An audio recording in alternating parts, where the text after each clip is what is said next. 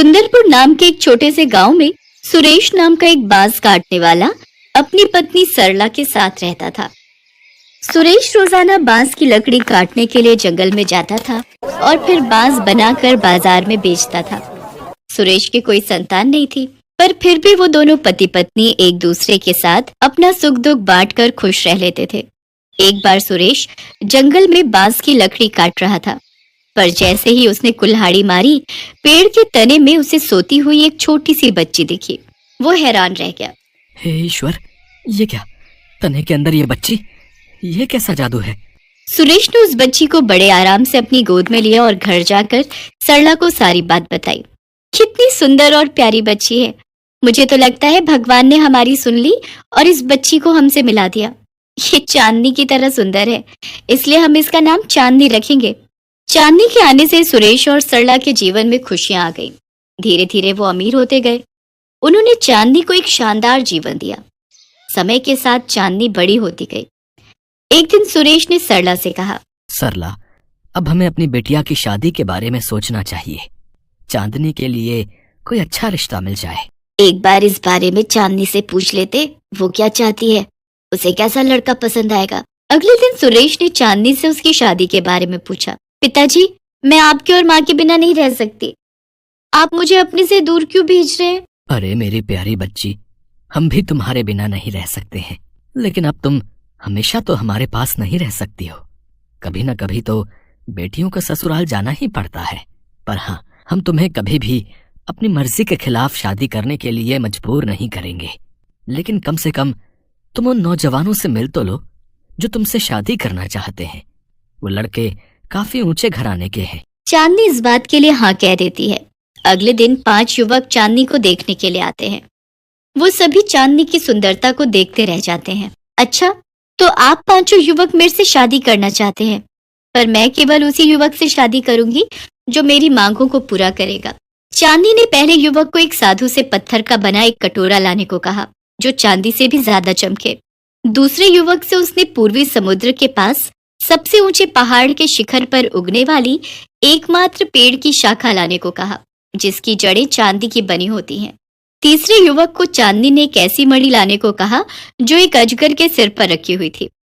आखिरी युवक को चांदनी ने एक चिड़िया लाने को कहा जिसके पेट में एक शंख है। चांदनी जानती थी कि यह सब कार्य असंभव है, लेकिन उसके लिए अपने माता पिता के साथ हमेशा रहने का ये तरीका सही भी नहीं था। सभी युवक इस कार्य में असफल रहे। कुछ दिन बाद उस देश के राजकुमार को जब चांदनी की खूबसूरती के बारे में पता चला, साथ ही ये भी कि चांदनी ने विवाह के लिए क्या शर्त रखी है, वो उससे मिलने पहुंचा। राजकुमार उसकी सुंदरता पर फिदा हो गया। उसने चांदनी से शादी करने की ठान ली थी। मुझे पता है राजकुमार, आप मेरी सारी शर्तें पूरी कर सकते हैं, परंतु अभी मैं शादी ही नहीं करना चाहती और आप मुझसे इसका कारण कभी ना पूछें। ठीक है, पर क्या हम दोस्त बन सकते हैं ना? उस दिन से राजकुमार और चांदनी दोस्त बन गए। चांदनी के माता पिता ने भी बाकी युवकों को मना कर दिया। वो अपनी बेटी को परेशान नहीं करना चाहते थे। तो उन्होंने देखा कि चांदनी खिड़की के पास बैठी थी और उसकी आंखों में आंसू थे। चांदनी बिटिया, क्या हुआ? तू उदास क्यों है? क्या हुआ मेरी बच्ची? क्या कोई बुरा सपना देखा? पिताजी, मुझे हर रात ये सपना आता है कि आसमान से कुछ लोग यहाँ आए हैं और मैं उनके साथ जा रही हूँ। और कल रात मैंने एक आवाज भी सुनी कि वो दिन आने वाला है जब मैं यहाँ से चली जाऊंगी। अगले 15 दिन बाद वो लोग मुझे लेने के लिए आएंगे। मुझे आपको छोड़ना पड़ेगा। चांदनी के माता पिता को ये बात सुनकर चिंता होने लगी। चिंता मत कर बेटी, तुझे यहाँ से कोई नहीं ले जाएगा। ये सिर्फ सपना है। उन्होंने तुरंत राजकुमार को संदेश भेजा और उनसे मदद मांगी और चांदनी के घर के बाहर 2000 सिपाहियों को खड़ा कर दिया। उसकी रक्षा करने के लिए हर कोई तैयार था। वो रात आ ही गई जब आसमान से एक सुंदर गाड़ी धरती पर उतरी जिसके आसपास परियां थी। उस गाड़ी में एक अद्भुत संगीत बज रहा था। चांदनी उस संगीत को सुनकर गाड़ी की ओर भागने लगी। चांदनी के कपड़े बदल गए। वो सफेद रंग की पोशाक में आ गई। उसके पंख चांदी के हो गए। चांदनी परी, चलिए, अब आपका जाने का समय आ गया है। हाँ नीली परी, मैं जानती हूँ तुम सबने मुझे ढूंढ लिया। जाने से पहले मैं अपने माता पिता से और राजकुमार से एक बार बात करना चाहती हूँ। माँ, पिताजी, अब मुझे अपना कर्तव्य निभाना होगा। मुझे अपने लोगों के पास वापस जाना होगा। चांदनी बेटा, मैं कुछ समझा नहीं, ये सब क्या है? पिताजी, मैं धरती पर भ्रमण करने के लिए आई थी और अपनी सखियों से बिछड़ गई थी, और चलते चलते मैं इतना थक गई कि मैं आराम करने के लिए एक छोटी बच्ची के रूप में बांस के पेड़ के तने में सो गई। इसके पश्चात आप मुझे अपने साथ ले आए। जब तक मेरे लोग मुझे ढूंढ नहीं लेते तब तक मेरा जाना संभव नहीं था, और फिर यहाँ पृथ्वी पर रहकर मुझे आपका और माँ का इतना प्यार मिला कि मैं अपने लोग को ही भूल गई। चांदनी बेटिया, क्या तुम अब हमें छोड़कर चली जाओगी? माँ, आप चिंता मत करो, अभी तो मुझे जाना होगा, पर आप मुझे जब भी याद करोगे मैं आपसे मिलने जरूर आऊंगी। और हाँ राजकुमार, आपसे अच्छा दोस्त मुझे कोई मिल ही नहीं सकता, इसलिए मैं और आप हमेशा दोस्त रहेंगे। सबसे मिलकर अलविदा कहकर चांदनी अपने लोग को वापस चली जाती है।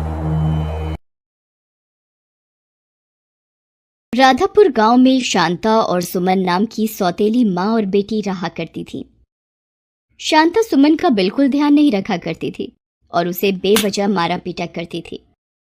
वो अपने पति किशोर के सामने प्यार जताने का नाटक किया करती थी। ले बेटी, कुछ खा ले, दिन पर दिन कमजोर होती जा रही है। शांता, तुम सुमन का कितना ध्यान रखती हो? सुमन अपने पापा को ये सच्चाई नहीं बताती थी और चुपचाप सारे दर्द सहती थी। ऐसे ही कुछ महीने बीते। शांता पेट सी थी। ये बात बहुत खुश होकर वो अपने पति किशोर को बताती है। सुनिए जी, मैं माँ बनने वाली हूँ। सच में? मैं बहुत खुश हूँ।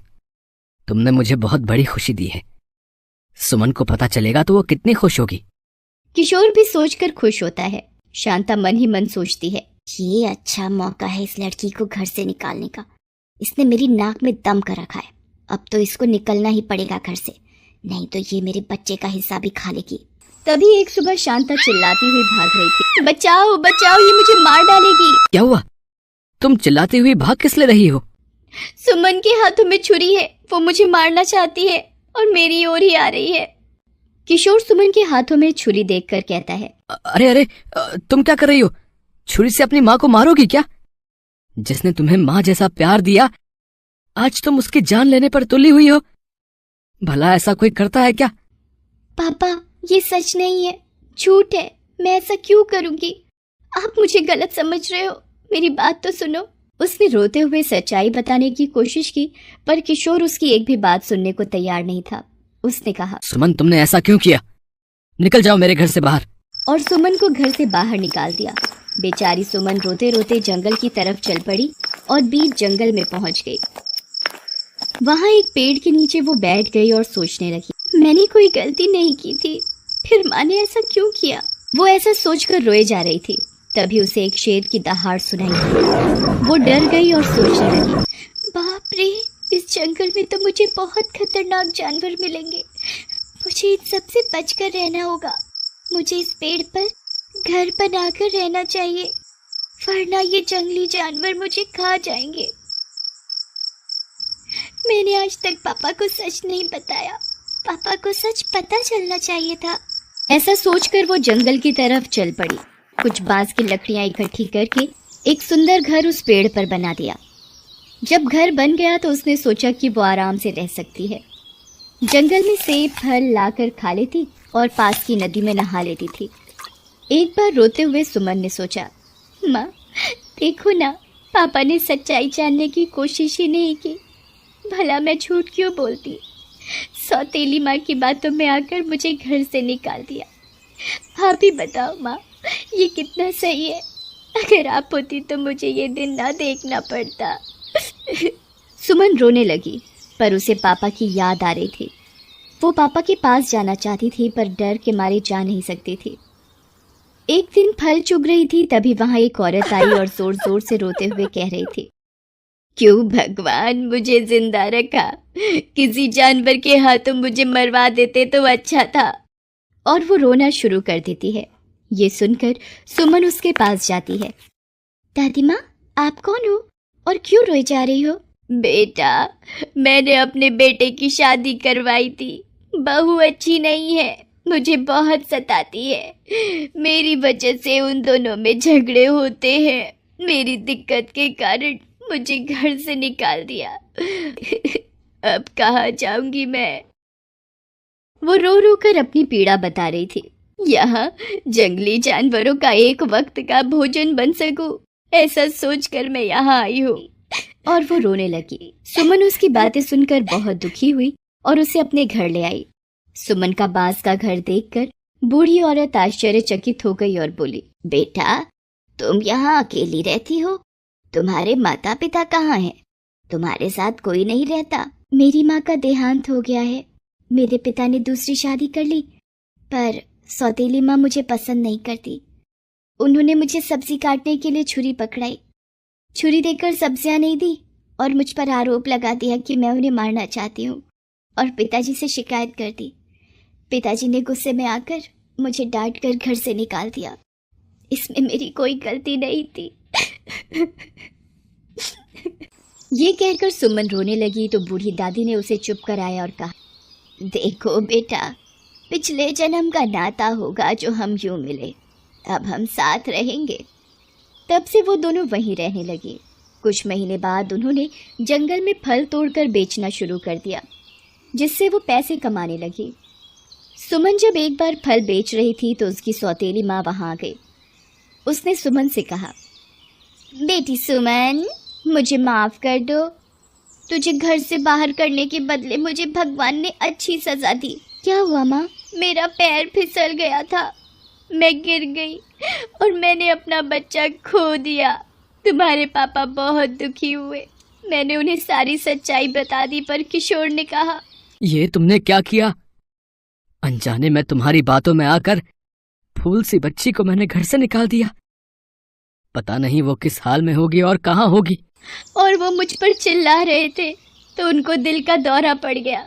अब वो बस तुझे ही याद करते रहते हैं। घर चल बेटी, मुझे पापा से मिलना है। शांता सुमन को लेकर घर की ओर चल पड़ी। किशोर सुमन को देखकर बहुत खुश हुआ और उससे माफी मांगता है। बेटा, हमें माफ कर दो, हमने तुम्हारे साथ बहुत गलत किया। सुमन कुछ पैसे देकर जंगल की ओर चल पड़ी। किशोर और शांता उसे रोकने की बहुत कोशिश कर रहे थे, पर वो नहीं रुकी। जंगल में जाकर बूढ़ी औरत ने सुमन से पूछा, बेटा, तुम्हारे मम्मी पापा का मन बदल गया था तो तुम वहाँ क्यों नहीं रुकी? दादी माँ, अभी तो उनका मन बदल गया था, पर बाद में फिर दोबारा मन बदल जाता तो मैं क्या करती? और दूसरी बात, यहाँ तुम भी तो अकेली रहती। तुम अपना सब कुछ छोड़कर आई हो, तो आपको मैं अकेला कैसे छोड़ सकती हूँ? बेटा, तुमने अनजान औरत के लिए इतना सोचा, मैं तुम्हारी शुक्रगुजार हूँ। और दोनों फल बेचकर सुखी सुखी रहने लगी। जंगल में एक दूसरे का सहारा बनी। तभी एक दिन बूढ़ी औरत का बेटा ढूंढते हुए जंगल की ओर आए। माँ, आपकी बहू आपको बहुत याद कर रही है। आपके जाने के बाद वो छत से गिर गई और उसे अपनी गलती का एहसास हो गया। तब से ही आपको बहुत याद कर रही है। तो तू क्या चाहता है बेटा? माँ, आप हमारे साथ घर चलो, हमें आपकी जरूरत है। नहीं नहीं, मैं अब तुम दोनों के बीच नहीं आना चाहती। मैं यहीं पर खुश हूँ और कोई परेशानी नहीं लेना चाहती। तुम घर जाकर बहू की सेवा करो और खुश रहो। पर माँ। नहीं बेटा, अब मैं चाहकर भी घर नहीं आ सकती। मैं तुम्हारा भरे पूरे परिवार को बिखेरना नहीं चाहती। मैं यहीं पर ठीक हूँ। यहाँ अपनी छोटी सी दुनिया है जिसमें मैं खुश हूँ और किसी तरह की कोई टेंशन नहीं लेना चाहती। तुम जाओ बहू के पास, बहू को तुम्हारी ज़रूरत है। बेटा मुंह लटकाकर वापस चला जाता है। दादी माँ, आपको आपका बेटा लेने आया था तो आप क्यों नहीं गई? आपकी बहू को भी आपकी ज़रूरत है। आपको शिकायत थी कि आपकी बहू आपसे खुश नहीं, पर अब तो आपकी बहू ही आपको बुलाना चाहती है, फिर आप क्यों नहीं गए? बेटा, ये दोनों सिर्फ मुझे काम के लिए बुलाना चाहते थे, क्योंकि अब बहू से काम नहीं हो सकता। इसलिए मुझे एक नौकरानी के रूप में मेरा बेटा मुझे घर लेने आया था, जिससे उसकी बहू की सेवा हो सके। पर मैं नहीं जाना चाहती हूँ, क्योंकि जब मेरी बहू ठीक हो जाएगी तो वो फिर से मुझे लात मार कर भगा देगी और दोबारा मैं ये अपमान नहीं सह सकती। मैं यहाँ पर तुम्हारे साथ खुश हूँ, 2 वक्त की रोटी चैन से खा रही हूँ। और वो सुमन को गले से लगा लेती है। अब सुमन और बूढ़ी औरत सुकून से जीवन यापन करने लगी। फल बेचकर जो भी मिलता सुकून से खाती और खुश रहती थी, अपने परिवार से दूर।